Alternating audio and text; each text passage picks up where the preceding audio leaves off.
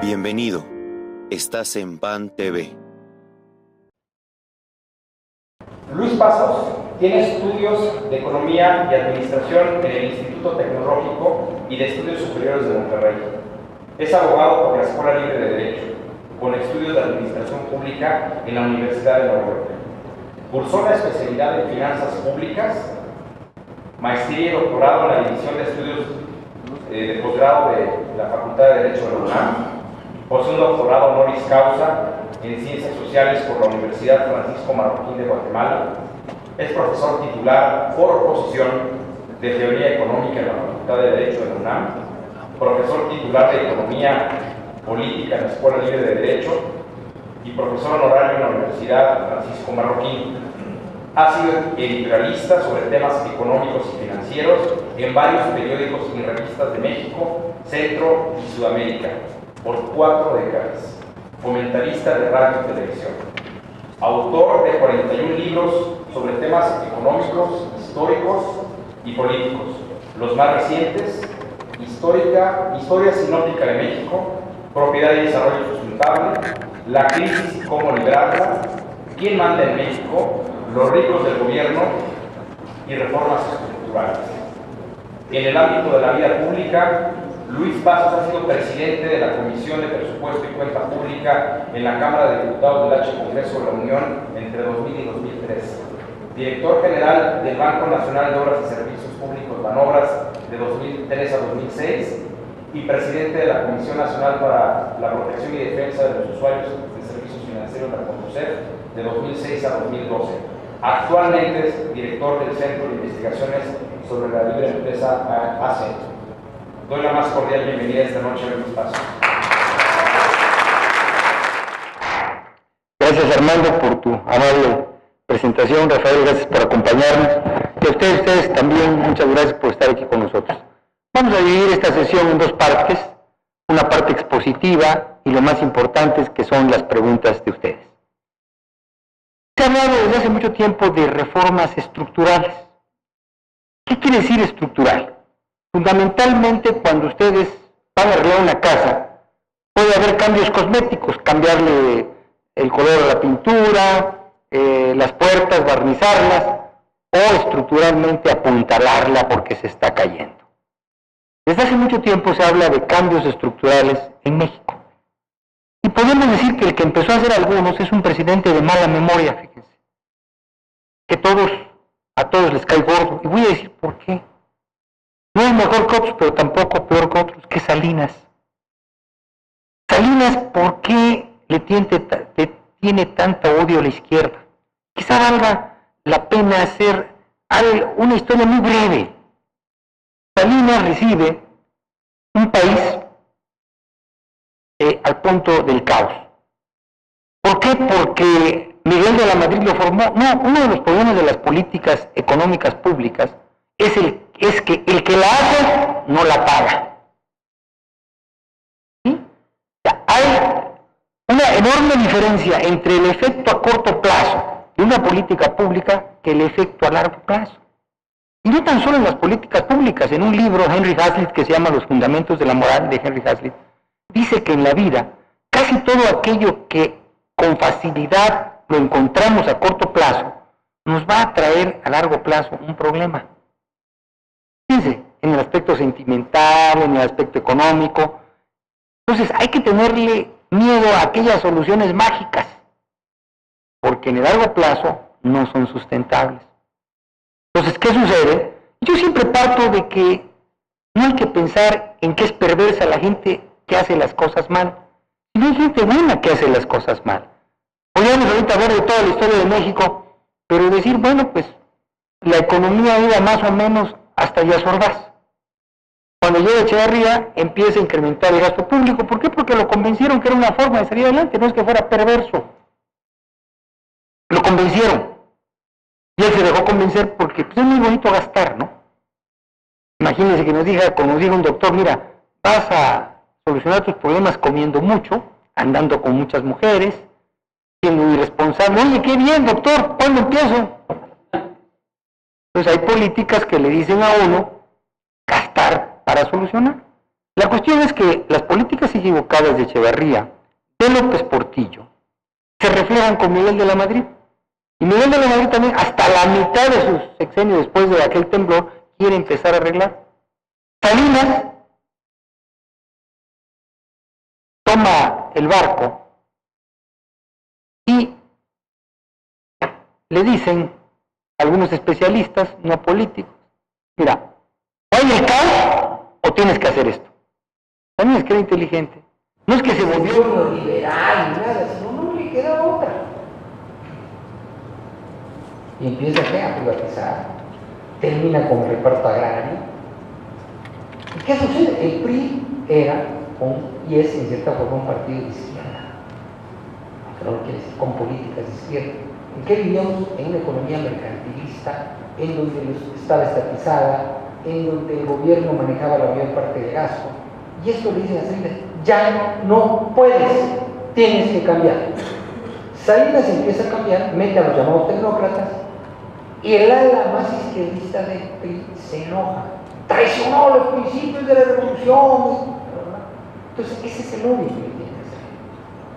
Pero Salinas mete el Tratado de Libre Comercio, que le hemos sacado mucho jugo, le da una independencia al Banco de México, cosas positivas. Y el panista es la gente, a diferencia de otros, que tiene que tener el suficiente espíritu grande como para reconocer lo que han hecho también los contrarios. ¿Qué pasa? Ya casi al final se habla de reformas estructurales, un Paco Quín, un Pedro Arce, con todo lo que ustedes quieren decir, dicen, hay que hacer eso. ¿Cuál fue la sabiduría, aunque algunos de ustedes puedan criticar el Vicente Fox? Trajo aquí a un Paco Quín, y ha sido el PRI, una gente profesional. Y no les pasó lo que les pasó ahora al PRI, con una gente también profesional, pero no todos los que entraron. Estábamos comentando hace rato que cuando llegó Fox no se paró la economía. Y muchos lo criticaron, decían, hoy se está dejando a los mismos que los corran. La economía se ahorita llega el PRI y se le hace muy fácil construir pasar. Oye, este programa, párenlo, vamos a ver cómo está. Párenlo. Y es como si ustedes llegan y no quieren comer, pero que hay nueva cocinera. Que no nos debe comer hoy. Pero vamos a ver cómo está. Ya los 4 días estaban así. Ahora sí, danos de comer. No, las cosas. Ese fue su primer error. Sin embargo, claro, tiene un pacto con México, posiciones positivas o negativas, se logró que la reforma laboral la presentara Calderón y se aprobara con Peña Nieto. Fue algo que también de grandeza del partido de Calderón. Vamos a hacer algo conjunto por México, que vayan las cosas bien. Desde tiempos de Salinas se hablaba de estas reformas estructurales porque lo que hizo Salinas no iba a dar aire para siempre. Hay el Tratado de Libre Comercio, sí, no vamos a entrar a analizarlo, pero pues ya estamos por convertirlos en los principales exportadores de autos a los Estados Unidos. ¿Por qué? Por el Tratado de Libre Comercio. Punto. No hay otra. Sin ese tratado las cosas serían peores. Pero todos esos cambios ya necesitaban aire. Llega Fox y dice, vamos a hacer la reforma fiscal. Vamos a hacer eso. ¿Y qué dice el PRI? Nanay. No le entramos. Nosotros lo que queramos es regresar al poder. Y mientras no llegue ese nosotros, no hacemos nada. Eso habla de una falta de visión de Estado, de una falta de entender lo que es el poder, de lo que ustedes han oído mucho y a veces no comprendemos, que es el bien común. Que algunos piensan que es una teoría mocha. No, teoría filosófica, que la podemos resumir en su nombre. Bien común es luchar por los bienes que son comunes a todos. No les gusta mucho, hay libros enteros. ¿Qué es común a todos? La vida, la propiedad y la libertad. Y de ahí se derivan muchas cosas. Nosotros hablamos Y mis maestros, yo lo que presumo no es de todo lo que dijeron, yo lo que presumo es que uno de los grandes íconos del PAN, Rafael García Hernández, fue mi maestro, y no de ustedes.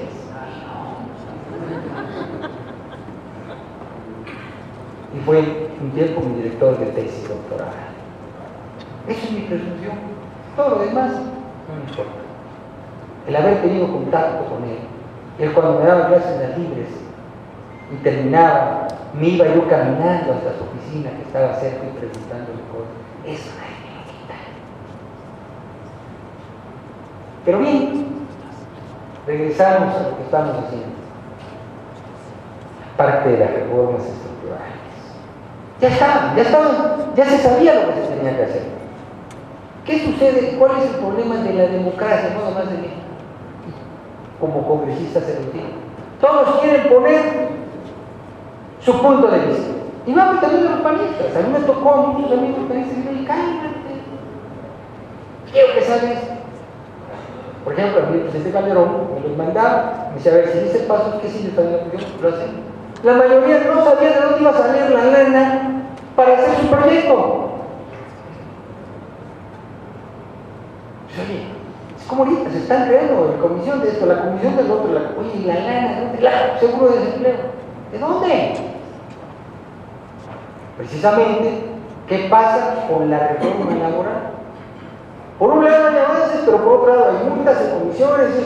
¿Qué dicen las empresas? Pues quedamos igual o peor. No estimuló. ¿Cuál es la finalidad de todas las reformas? Crear competitividad, hacer más atractivo que vengan las inversiones a México. Y no tan solo las inversiones extranjeras, sino el inversionista nacional. Nosotros tenemos que convencernos. No se pueden mejorar a los pobres, no se pueden crear empleos si no hay más inversión. Todo lo demás, cualquier programa, son cuentos. Los haga el PRI, el PAN o el PRD. Para que sean sustentables, tiene que haber inversión. ¿Por qué los chinos están ahora? Porque echaron a la basura, a Marx, a todo eso. Dijeron que vengan los inversionistas. Ya han crecido en 30 años, 10 veces más que lo que no crecieron. ¿Por qué ha crecido mucho China? Porque durante 40 años estuvo sin crecer. ¿Qué es lo que China? ¿Qué es los inversionistas? Vienen a explotar. Pues estaban muriendo de hambre los chinos. Les pagaron salarios miserables, sí, pero el país de inversión ya están ganando más que muchos mexicanos o chinos. ¿Por qué? Porque hay demanda de mano de obra. Y eso es lo que se buscaba con la reforma laboral. ¿Pero qué sucede con la reforma laboral? Una reforma, ¿qué? Mediocre. Y ese es el problema que tenemos nosotros. Entonces, ¿qué tenemos? En la reforma laboral, como decir, damos un paso adelante y otro atrás. Entonces, así no es posible salir adelante. La reforma energética. Digo, había una posición del PRD tan triste. Tengo amigos periodistas, tengo alumnos periodistas, estimo a algunos periodistas, que ustedes no lo quieran, no lo crean. O sea, yo tengo amigos de todos. Es que no hay que ser también purista de que yo con este no, con este sí, no. Yo recuerdo que hice muy buenos amigos en el PRD del Congreso, muy buenos amigos del PRI, pero una cosa es tener la amistad y otra cosa es darle la razón a los que no lo tienen. Y para no darle la razón, tenemos nosotros que tener elementos para poder sostener lo que nosotros pensamos. La reforma laboral. Vamos a ver algunos. Primero vamos a decirlo, por ejemplo, un ejemplo de demagogia de la cuestión del seguro de desempleo. ¿Qué ha pasado con el seguro de desempleo en Estados Unidos, en Francia, en España? Fracaso, ya quieren salir de él. Es una forma de vida, es una burocracia. La gente anda buscando que le firmen, llega y dice, oye, dame chamba, pero no me des chamba. ¿Cómo? No te entiendo. Si nada más fírmame que te vine a pedir chamba, eso es en España y en Francia, fírmame que te vine a pedir chamba y no me des. Bueno, pues ahora bien. Y ya me seguro de desempleo. Es prácticamente como algunos españoles que vienen de turistas y si les pueden sacar la verdad, muchos de ellos están cobrando en el seguro de desempleo. ¿Qué se nos olvida? ¿Quién lo paga? Ya lo aprobaron y ahora se resulta con que la mayor parte del seguro de desempleo, ¿de quién va a salir? De los empleados. Y si no, pues va a salir ¿de quién? De los impuestos. Y es una carga más, nos quita competitividad. Si en Estados Unidos ya no lo aguantan, si en Francia no lo aguantan, aquí donde el 60% de las personas son informales, ¿cómo van a demostrar que están trabajando? Pues, no los pueden acusar que están trabajando. Entonces, si los millones que están sin empleo formal van a pedir seguro de desempleo, pueden convertirse en candidatos al seguro de desempleo y no va a haber nada que alcance. Pero ¿por qué lo pusimos? Bueno, porque internacionalmente hay otros países que tienen seguro de desempleo y nosotros no vamos a quedar menos. Y a lo mejor también se tuvo que ceder a algunos líderes obreros que pidieron el seguro de desempleo si se mantenían calmados para que hicieran otros cambios. Siempre estamos en México cambiando monedas de cambio y muchas veces esa es la política también, es la democracia. Pero aquí en muchas ocasiones lo bueno que hacemos, para que nos dejen hacerlo, le quitamos lo bueno. Entonces al final queda mediocre y no sirve para nada. Tenemos entonces con que esto pasó con la reforma laboral. ¿Qué pasa con la reforma del petróleo? Es una cuestión de que vamos a la derecha, vamos, ¿no? Simplemente no está generando petróleo por un lado. Aquí vemos desde 99 al 2012 cómo crece la producción mundial y cómo Pemex baja. Mientras la producción mundial crece en más del 18%, Pemex baja en 12%. ¿Por qué? Porque ahora, ¿por qué se está haciendo estos cambios? Porque Estados Unidos quiere. ¿Qué dijo el exasesor del Senado de Estados Unidos en materia energética? Estados Unidos no necesita el petróleo de México, porque nuestra producción está creciendo mucho, porque tenemos un enorme suministro de Canadá y porque hay una gran liquidez en el mercado de petróleo. La idea de que Estados Unidos tiene una reforma energética para conseguir petróleo es falsa. Entonces, ¿qué tenemos? Con que a veces se quiere decir, esta es una reforma de derecha. No, ahorita vamos a ver rápidamente con unas cifras que ya no hay futuro para un monopolio petrolero en México. No es cuestión de derecha, es cuestión de que o se abre Pemex o va a llegar el momento en que nos convertimos en un país importador de crudos. Tenemos con que,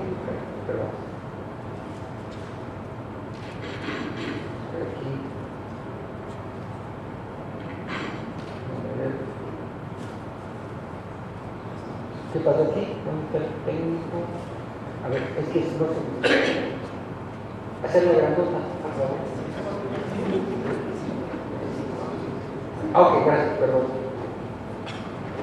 Entre 2005 y 2013, México pasó a vender a Estados Unidos de 1.566.000 barriles diarios a 800.000, más de 800.000. Una caída del 48%. Cada vez vendemos menos a Estados Unidos. Aquí estamos en importación de petróleo crudo de Estados Unidos. ¿De quién está montando la importación? Ahí están los datos. De Canadá. ¿Cuánto está vendiendo Arabia Saudita? Menos. ¿Cuánto está vendiendo México? Menos. Aquí está. ¿Cuánto está vendiendo Venezuela? Menos. ¿Y quién está produciendo más? Por ejemplo, Estados Unidos está produciendo 7.3 millones de barriles diarios. Texas produce más que México. ¿Y cuál es el futuro? Bueno, por ejemplo, en el caso del Golfo de México. En el caso del Golfo de México, nosotros tenemos la mayor parte del Golfo de México. En Estados Unidos hay 70 empresas privadas que tienen 137 pozos y ya tienen aproximadamente 1 millón de barriles diarios. En México, con los mismos recursos, pero además un monopolio petrolero, una empresa estatal, allá hay 30 empresas privadas. ¿Cuánto le cuesta al gobierno de Estados Unidos esta producción de 1 millón de barriles diarios? Nada. Pagan impuestos estas empresas. Aquí cuánto les cuesta los 6 pozos estos. Les ha costado ya miles de millones de dólares, o más de 1.000 millones de dólares. ¿Cuánto se ha producido? Nada. Muchos se asustan de oceanográfica. Eso es la constante. Eso es. Hace poco platicaba yo con un exdirector de la CFE, de una planta muy importante, no voy a decir, lo acaban de jubilar, paisano mío, conozco hace muchos años, me encontré en el aeropuerto, empezamos a platicar, y me hice la pregunta, le digo, a ver, dime, mira, ¿por qué está mal? Me dice, por un sobreprecio. precios de lo que compramos, por la maquinaria que no es la que debe ser. O sea, ¿por qué? Por la corrupción que hay. Y no es por los diablitos que ponen en la colonia Chinchuchana. Eso lo acaba de demostrar. Es por los de cuello blanco, por los delincuentes de cuello blanco, los que compran una planta que debían de haber pagado $1 millón en $10 millones y no es la que mejor funciona. Eso ha sido igual a Pemex. Pero esto tiene un costo, porque cuando la gente habla de corrupción, que precisamente en uno de mis libros hablo de los ricos del gobierno, como todas las causas de corrupción, ese no lo van a regalar, les digo de una vez ahorita, hay que comprarlo. Ahí está, ¿verdad? Ya, ella fue la que lo compró nada más y se acaba, así dicen, y se van a acabar. Pero bien, decimos con que, ¿cuál es siempre la corrupción? Dice, bueno, pero solo la corrupción que salpique, no, todo tiene un efecto económico. Eso, el hecho de que no produzcamos petróleo, tiene un efecto económico. Vemos, por ejemplo, que en el 2012, en Estados Unidos, de petróleo y gas asociado, y fundamentalmente de gas de ese gas shale, ahora se abrieron 9,000 pozos. En México, solo 3 pozos. Dicen, ¿cómo es eso? ¿Saben ustedes quién se ha beneficiado con la expropiación petrolera en México? Los Estados Unidos. Es más, en uno de mis libros puse a investigar quiénes fueron los que propiciaron la expropiación petrolera. Los Estados Unidos. El señor Cárdenas que habla, él benefició a los Estados Unidos. Hay toda una historia que no se cuenta ni nada. Ustedes saben por qué se prohibieron. ¿Por qué prohibió Cárdenas los juegos en México, en Tijuana? ¿Qué se creó después de la prohibición de eso? Las Vegas. En Las Vegas reciben más turismo que todo México. Y en Tijuana hay más delincuencia que en Las Vegas. A mí me gusta el juego, ¿no? Pero la gente, ¿dónde se va? A Las Vegas. ¿Dónde se van los riquillos, los ricotes, los líderes? A Las Vegas. En la clase media también yo iba a Las Vegas. No a jugar, a ver esto, que no me gusta mucho. Pero lo podíamos tener aquí. Todavía ustedes van a enseñar y hay unas cuestiones muy bonitas que eran los casinos. ¿A quiénes se les expropió el petróleo? ¿Saben ustedes a quiénes? A los ingleses. Casi el 70% de los ingleses. ¿Y a quiénes les convenía? A los americanos. Esto es una historia. Por eso tenemos nosotros también que empaparnos un poco para no caer en esa demagogia y no quedarnos callados cuando empiezan. Están vendiendo México. No, ya lo vendieron ustedes. Aquí está la prueba. Importamos el consumo interno, gasolina el 49%. ¿A quién se le importamos? Gran parte de Estados Unidos. De gas, aquí está todavía esta cifra, no es el 33, es el 37% ya que están importando ahorita de gas. La petroquímica, importamos el 65% de las petroquímicas. Están felices los americanos. ¿Cuál es el grado de peligro? Por ejemplo, hay escasez de gas. Te dicen, ¿cuál es la consecuencia? Bueno, pues están frenados 30 megaproyectos en México, porque ¿qué? ¡No hay gas! Las carreteras, como dejaron de invertir el año pasado, ahorita el gobierno metió el 290% a la construcción de carreteras. ¿Saben que están paradas? ¿Por qué? Porque no hay asfalto. Entonces, ¿qué tenemos? Con que está probado aritméticamente que no está funcionando este sistema. Estamos entonces, ¿qué está pasando en México mientras en Estados Unidos con el sistema de empresas privadas en el mar? Allá no andan porque en la soberanía estamos perdiendo con Pemex. Estados Unidos, por ejemplo, ¿cuál es el futuro de Estados Unidos? La evolución energética en Estados Unidos es profunda y sus efectos se dejarán sentir más allá de Norteamérica y Canadá. Se prevé que Estados Unidos se convertirá en el mayor productor mundial de petróleo en 2020. ¿Y saben por qué? Por el Golfo de México. El resultado es una caída continuada de las importaciones de petróleo en Estados Unidos hasta el punto que Norteamérica se convierte en exportador neto de petróleo en el 2030. ¿Qué vamos a hacer con nuestro petróleo? ¿Lo vamos a utilizar para dolores reumáticos? ¿El petróleo que se salga, que se saque? Y vamos a tener que, ya el año pasado, la balanza petrolera, de lo que recibimos de crudo, más del 90% lo tuvimos que dedicar a importar gasolinas, gas, petroquímicos. O sea, nos podemos convertir ya, no en el 2020, en 1 o 2 años, en un importador neto de productos petroleros. Aquí están los barriles diarios para el 2020, lo que Estados Unidos va a producir. Ahora, vamos a la cuestión de la reforma fiscal. ¿Qué se esperaba? ¿Baja de impuestos? No. El PAN estaba por la baja de impuestos, no por la baja de impuestos, sino por la baja de tasas. Hay una diferencia. Aquí también pasa por alto lo que se llama unas leyes económicas. Hay una curva, la curva del lago, que nos dice, y esto es muy importante, no se les voy a poner complicado, les voy a poner lo que, a la conclusión que se llega. Si hay 0 tasa de impuestos, ¿cuánto se recauda? 0 tasa de impuestos, ¿cuánto se recauda? 0, muy bien. Ahí va la otra. Si hay 100% de tasa de impuestos, me quitan el 100% de mis ganancias, ¿cuánto se recauda? 0 también. Ya está. Si aquí hay empresarios, porque ¿qué pasa con el empresario? ¿Gana más vendiendo caro o vendiendo barato? Vendiendo lo más barato posible. Vean las farmacias del ahorro. Quebraron las demás farmacias y vendían barato. No es lo mismo ganar el 20% cada 6 meses que ganar el 5% cada mes. ¿Quién gana más? Igualmente, en la cuestión de captar, yo puedo bajar las tasas. Entonces, ¿cuál es la reforma? Vamos a ir viéndola. ¿Qué es lo que hace falta hacer aquí?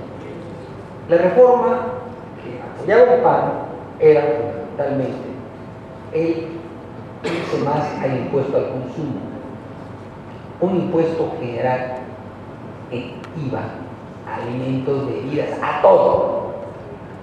Oye, eso, la gente, mira, es el impuesto proporcional más justo y además bajarlo. Yo cuando estaba en el Congreso hice un estudio y proponíamos una tasa del 10%. Vamos a decir primero cómo se debe hacer y qué se debe hacer. Tenemos tasa de 16, no tenemos IVA. ¿Qué era lo correcto? Empezar a decir a la gente, vamos a meter un IVA general del 5% a todo. Y vamos a ir bajando el IVA, perdón, 5% a lo que no está, alimentos y bebidas. Y vamos a ir bajando el IVA general del 16 todos los años un punto hasta llegar al 10%.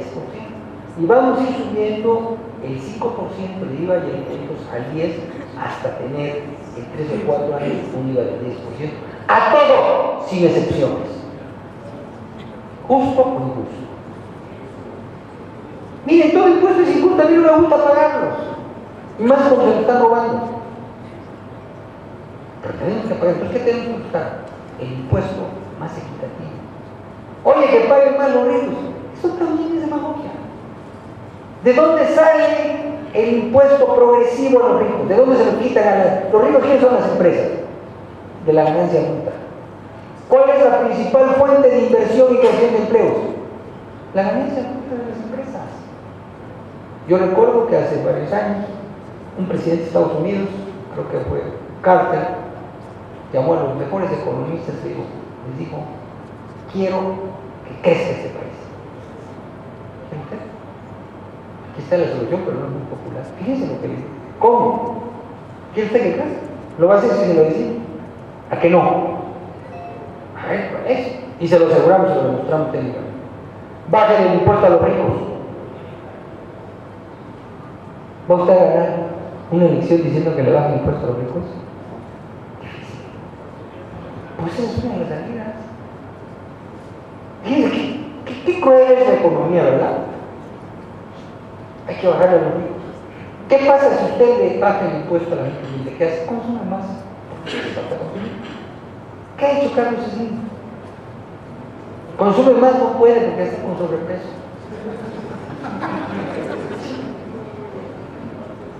Con todo lo que puedo criticar, no es un hombre malvado. Cuentan eso, no lo saben muchos, me han llevado a esa empresa y vi un carro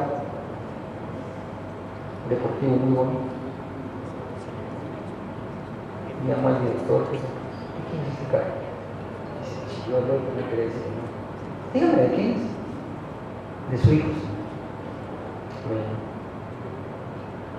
delante de mi hijo, no andes trayendo tus carros porque van a pensar que somos ricos. Te gusta y todo, pero ya no pueden consumir más. ¿Qué hacen? Invierte. Pero como así las leyes ya lo declaran preponderante, ¿qué es esto? ¿Dónde se van? Son otros países. Esa es la cuestión de riqueza, no es el dinero que él tiene ahí, lo que se produce. Cuando a mí me dicen, oye, ¿con qué se hizo rico? Bueno, pues con Telmex. Oye, ¿por qué antes no nos hacíamos ricos con Telmex? ¿A quién hizo pobres, sí? Nos cobra más, no me gusta mucho el servicio ahora, pero si nosotros vimos las líneas fijas, antes nos tardaban 2 años y ahorita en 2 semanas nos las da. ¡Qué bueno! Ya está Movistar con mi buen amigo Paco Gil y que es peleando de Telmex. ¡Qué bueno! Y diciéndose y agarrándose de la greña, pero es mejor que antes. ¿Y eso tiene que suceder qué? En el petróleo. Pero para esto necesitamos que la reforma fiscal sea competitiva. Y lo que toman en cuenta las empresas para irse a Chile, a Chile o a África es el impuesto sobre la renta. Entonces, ¿cuál es la salida?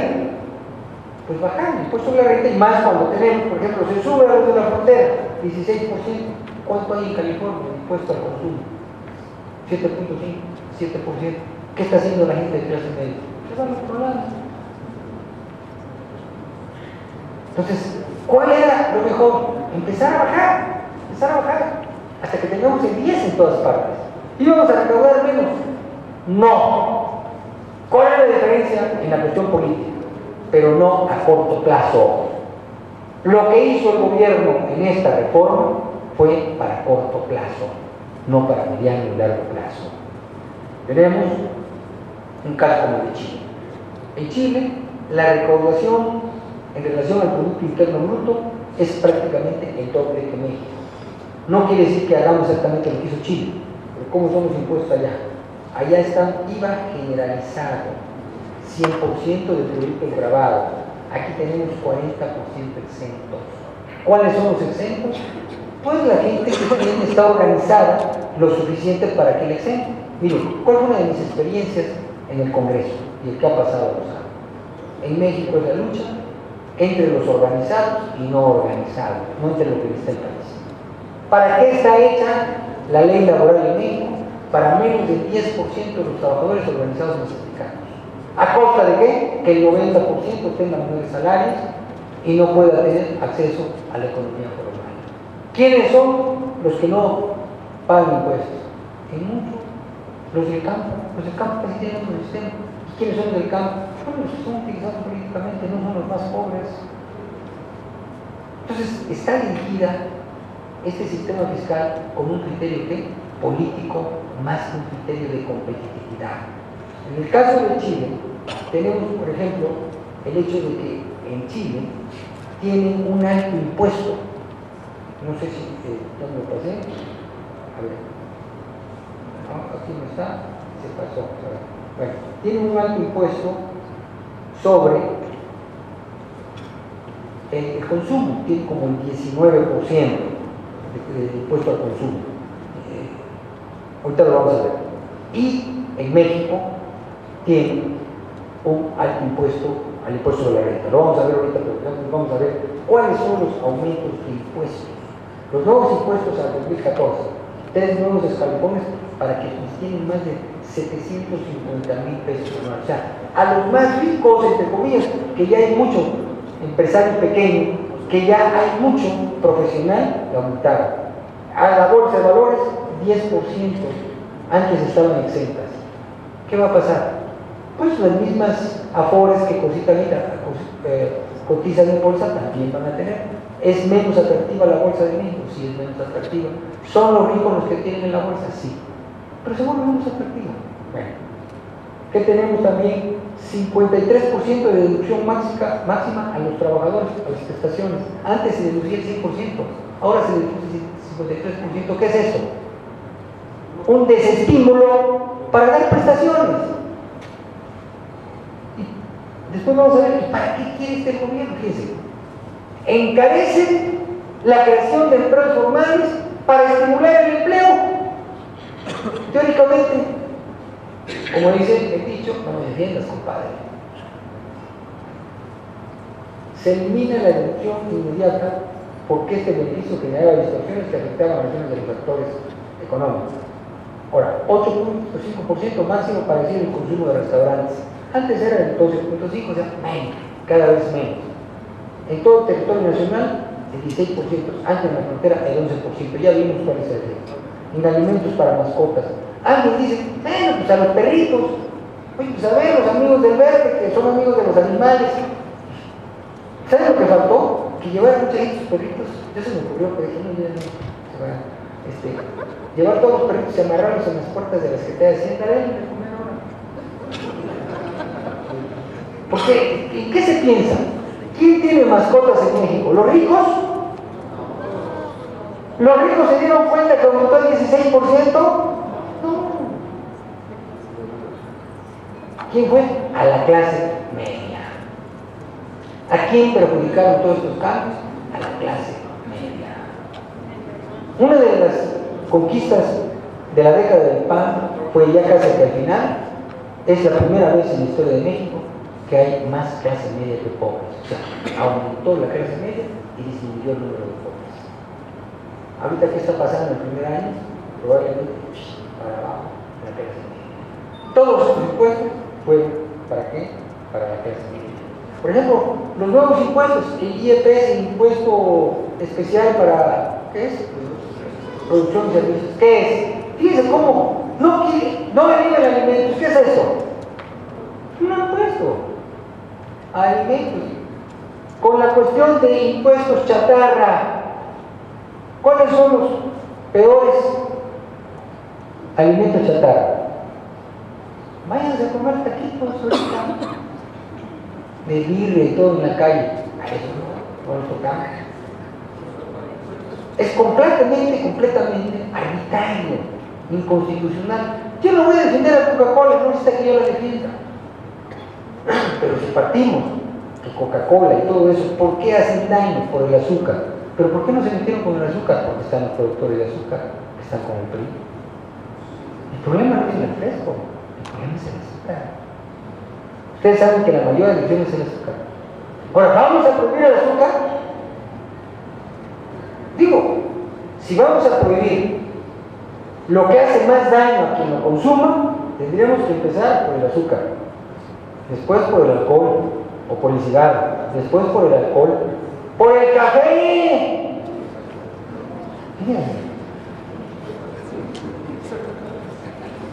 Es triste decirlo, pero la marihuana es de los que menos daños hace, no le vaya a entrar, digo, pero sí.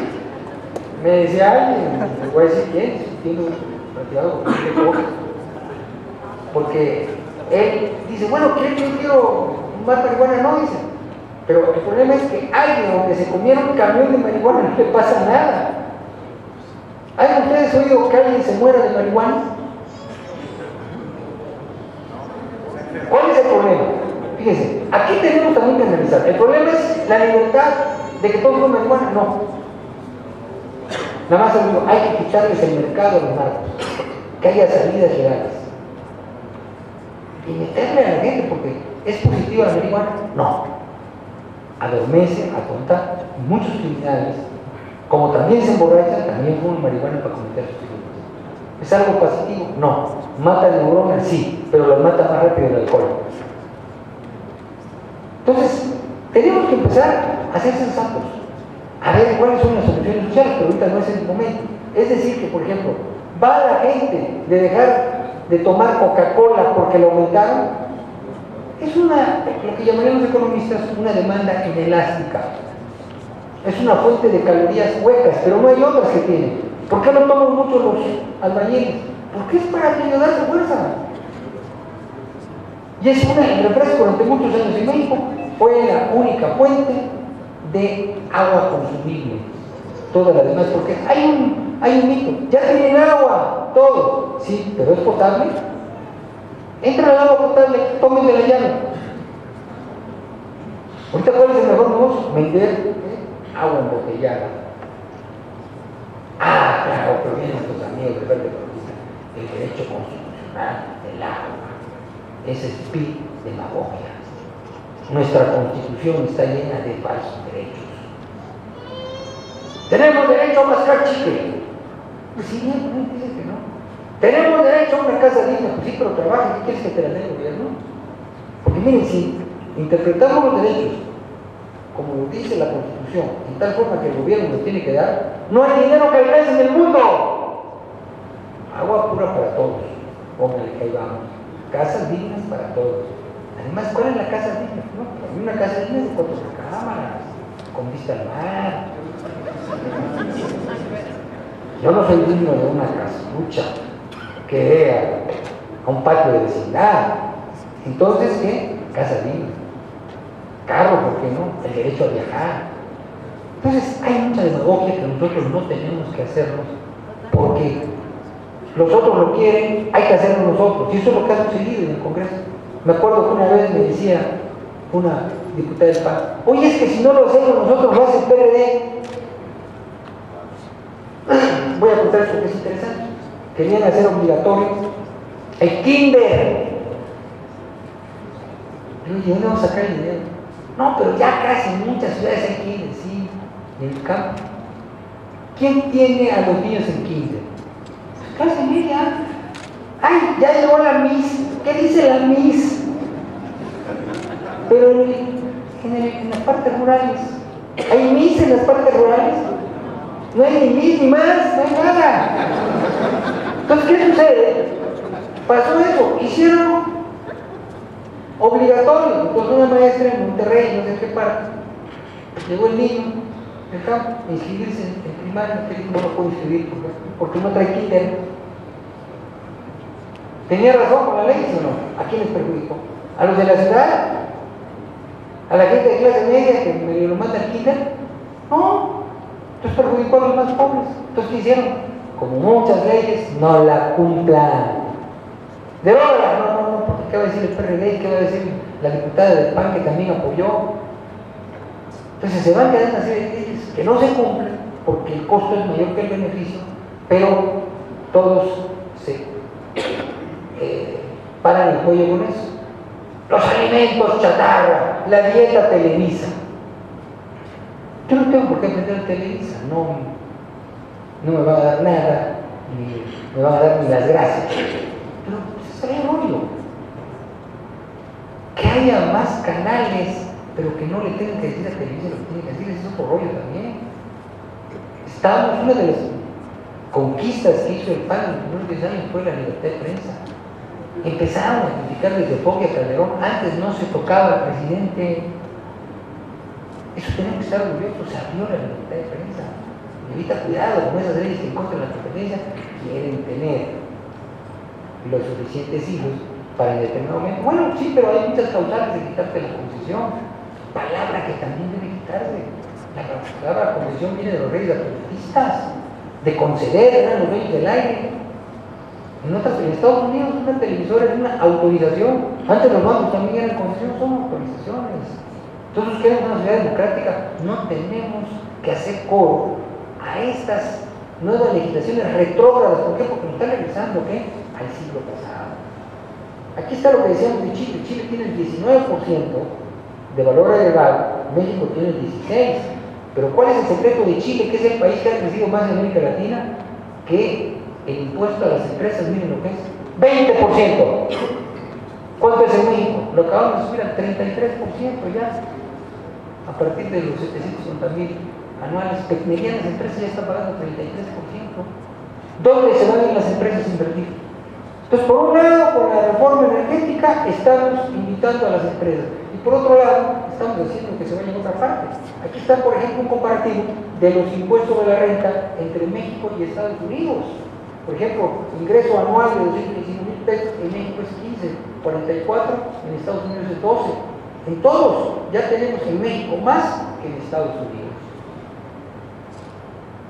Entonces ya nos salimos de competitividad. Y sin embargo, ¿qué fue lo que pasó? Fíjense, ¿quién fue el que metió esta forma? En parte el PRI y en parte ¿quién? El PRD. ¿A cambio de qué el PRD? Pues que le dieran más lana para Guerrero, para el Distrito Federal. Y también decir, vamos a quitar impuestos ¿a qué? A los ricos. Y el PRI, ahí es donde se dio Hacienda, porque Hacienda no puede hacer todo, cuando le dijeron, el compromiso de los periodistas es no impuestos alimentos, entonces vamos a ponerle hielo. ¿Y qué es lo que ha habido mucha publicidad en contra de los impuestos chatarra? Pues órale, y aquí más a los perros, esos no van a protestar.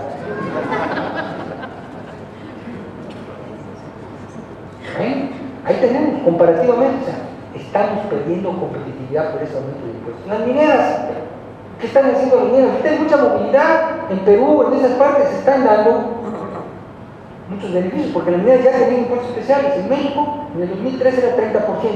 Estábamos por abajo que Estados Unidos, que Chile, que Perú. Con los nuevos impuestos, aumentando y todo, ya las mineras pagan 44%. ¿Dónde van a ser las siguientes reinversiones de las mineras que tienen yacimientos en México, tienen en Chile y en Perú? ¿Dónde se van a ir? Entonces, Félix Vázquez, un gran economista, decía, hay quienes, el mal economista solamente pondera lo que se ve y no lo que se deja de ver. ¿Se va a ver lo que no se va a hacer aquí porque se fueron a otro país? No. Se va a ver lo negativo que es ese aumento de impuestos al dejarse de crear más empresas. No. Y eso es lo que nosotros tenemos que tener claro. Una reforma competitiva, ¿de qué debe partir? No vamos a explicarle de fisco neutro no activo. ¿Qué es fisco neutro? Que abandonen las políticas que iniciaron de querer aumentar el Producto Interno Bruto gastando más. Eso no funciona. Es más, hubo algo que pasó desapercibido. En el 2008 hubo una recesión muy grande, no, eso sí pasó apercibido. En el 2009 cayó la producción más de 6%, no un pequeño aumento de impuestos. ¿Qué decían los keynesianos? Imagínense si ahorita con un 1-1 ya aumentaron impuestos, con esas mismas políticas no hubiera estado justificado mayor aumento de impuestos, mayor gasto público, pero afortunadamente Calderón salía de economía. ¿Saben por qué? ¿Saben por qué? Porque yo le di clase. La es presunción total. Pero sí, estuvo también Harvard ahí lo medio mareado. Calderón sabía. Y tenía una buena marcuerna con Carstens. Entonces, que dijeron, no vamos a aumentar gasto. Vamos a aguantar vara, se va para abajo la economía, no importa. Quererla sacar con gasto. ¿Y qué pasó? Ahí en 2009 empezamos a crecer, en 2010 empezamos a crecer y le entregamos una economía, como ya lo dijo Armando, y en menos de un año la han desarmado. Entonces, ¿qué quieren hacer? Trasladar, o sea, macroeconómicamente, ¿qué es este aumento de impuestos? Tú, sector privado, no vas a gastar, ahora lo voy a gastar yo. ¿Y qué están haciendo? Que sea nugatoria estas reformas estructurales. Es más, de hecho, todavía la reforma energética que fue positiva a nivel constitucional, gracias al PAN, entró. Y el de ahí el PRD no entró. Sin embargo, faltan ¿qué? Las leyes secundarias. Y si no damos mayor apertura que Colombia, que Brasil, no viene. Por ejemplo, Cardoso, fíjense que es interesante porque Cardoso era de la izquierda científica americana. Su libro, La teoría de la dependencia, era de cabecera de muchos izquierdistas académicos. No violentos, no de CEN y todo eso, no, esos son chavas. Estos eran científicos. La teoría de la descolonización. Llega a ser presidente Enrique Cardoso, ve cómo están las cosas, ¿Qué era la teoría de descapitalización? Las empresas extranjeras descapitalizan, no hay que permitir la inversión extranjera. Llega el presidente y se da cuenta que la única salida era permitir la inversión extranjera en el petróleo. Abre el petróleo. ¿Qué empieza a pasar con Brasil? Su carta de presentación se abre. Petrobras, su valor, más que Microsoft. ¿Cuánto vale Pemex? Cuando dicen, ¿le van a vender? ¿Quién la va a comprar, papacito? Cuando tiene pasivos laborales mayores a sus activos. ¿Pero qué sucede? Abre Petrobras. Viene, ¿cómo se llamó el otro, el que me sigue? Muy simpático, que ha venido aquí, yo tuve oportunidad de platicar con él, el presidente Lula, decía, tipo simpaticísimo, pero que dejó Brasil, ahorita lo están viendo de caer. Se le hizo muy fácil decir, no, vamos a seguir con lo de Cardoso, pero vamos a obligar a las empresas extranjeras a que todas se asocien con Petrobras. Ya hay petróleo y hacen una licitación, ¿saben cuántas empresas privadas compraron? ¡Ninguna!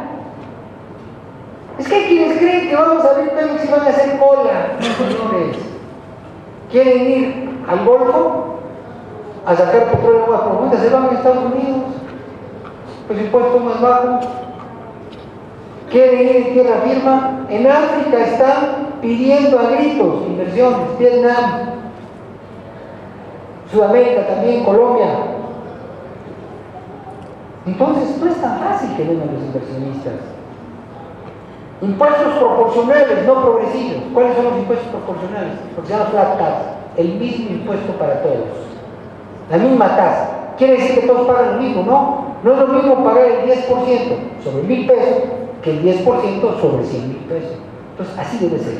Impuestos más hacia el consumo que al ingreso, ambas con tasas bajas. Es más fácil pagar.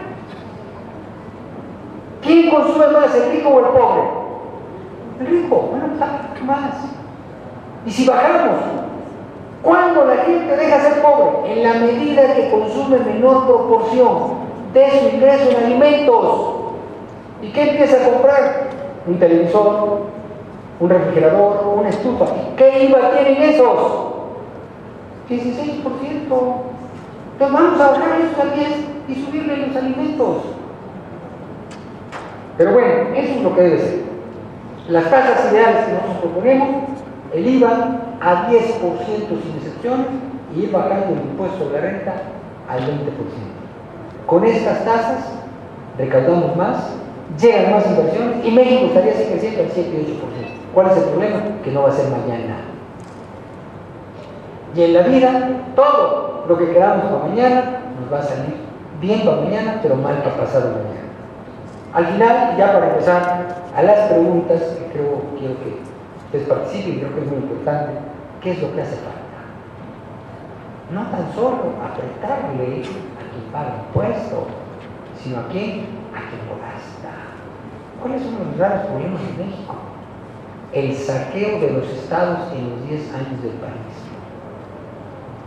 ¿Qué pasó? Vamos a hacer un cine. Cuando estaba el presidente del PRI,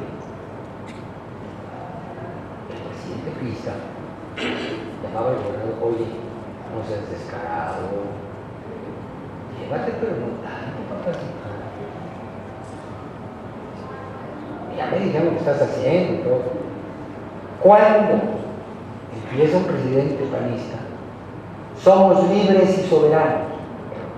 Cuando yo llegué al Congreso, me di cuenta que los gobernadores no modificaban nada del dinero que se les mandaba al Congreso.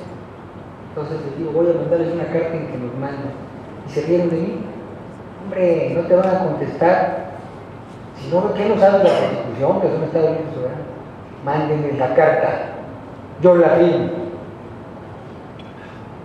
Bueno, si quieres, tú eres perfecto. A ver, quiere aquí paz, mándenme la hagan. Les voy a agradecer. De todos los 32, uno, porque era mi conocido, por atención me contestó. Los demás no. ¿Qué han hecho? Han saqueado los estados. ¿Cuál fue la justificación para hacer política? Hay algunos gobernadores que lo dicen por abajo. A mí no me pueden hacer nada porque yo cooperé con la campaña de Peña Nieto. Y dejaron secos. ¿Quién lo dice? La Auditoría Superior de la Nación. Ver todos los estudios que ha sacado de Veracruz, de Chiapas, de Oaxaca. Ahí está la auditoría. ¿Qué hacen? Nada. ¿A quiénes son los únicos que persiguen? A los que desde Estados Unidos han dicho algo. Ese es el grave problema de México. Para eso también quieren el aumento de impuestos. Para tapar los baches que dejaron los estados, los exgobernadores. Por eso es importante que nosotros luchemos porque la reforma fiscal debe implicar mejor uso de los impuestos. Castigar a quien recibe impuestos con el doble de pena de quien evade impuestos. Entonces, una de las banderas del PAN debe ser: hay que castigar a funcionarios que a todos los niveles, sea panista, periodista, a todos los niveles, comunista, no dé resultados en que gastó el dinero de los impuestos. No basta con que nosotros digamos el PRD con el PRI aumentó los impuestos. Es cierto, es una buena bandera, pero es importante que nosotros tengamos una idea clara de qué es lo que se debe hacer, no tan solo lo que se debe hacer, porque en determinado momento nos preguntan: ¿y tú qué propones? Yo propongo eso. Y ojalá de esta plática ustedes tengan elementos para saber qué proponer. Con esto terminamos la parte expositiva y nos vamos a las preguntas. Muchas gracias.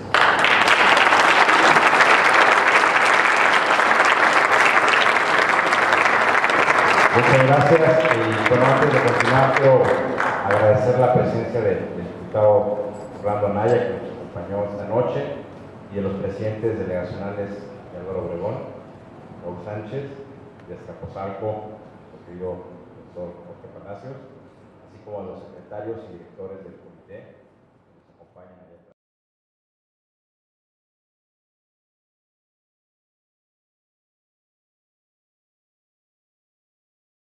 Gracias por acompañarnos en PAN TV.